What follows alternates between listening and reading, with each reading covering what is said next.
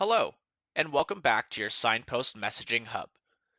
Let's continue building our knowledge in this powerful platform for you and your business.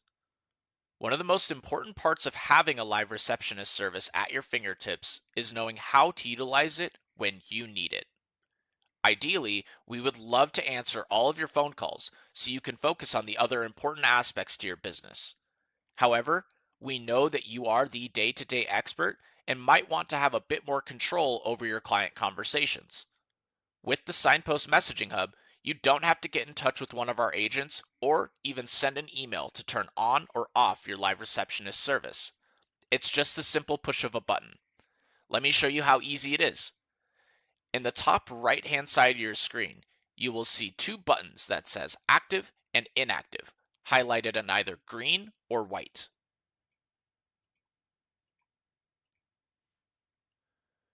When something is highlighted in green, that means that is the priority status of your receptionist team. So as you can see, the priority status is inactive. If I click over on active, you'll see that you'll get a notification stating that the live receptionist was enabled successfully. And it is highlighted in green, meaning that that is the priority status. Your live receptionist team is active. If someone is calling the 929-419-0340 number on this test account, that means that the calls will come directly to our live receptionist team. The same applies for if I click on inactive. You'll see a notification that states the live receptionist was disabled successfully, and that inactive is now highlighted in green. An inactive status on the Signpost Live Receptionist toggle means that all calls are being forwarded from your Signpost forwarding number at the top of your screen in Inbox to a fallback number, which we'll cover later in the video. Before continuing, we always recommend doing a few tests to make sure that these functionalities make sense for you and your team, as well as your current call structures. We are a 24/7 service, so this can be changed at any time by just the click of a button. That's it. No need to get in touch with anyone in order to set your phones up.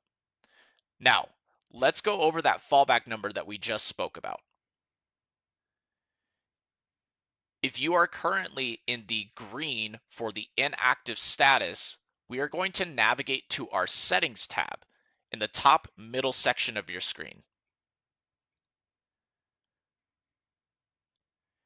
Once in the Settings tab, we do have a fair amount of options on the left-hand side. What we want to focus on today is Phone. When you click on Phone, this is what you should see.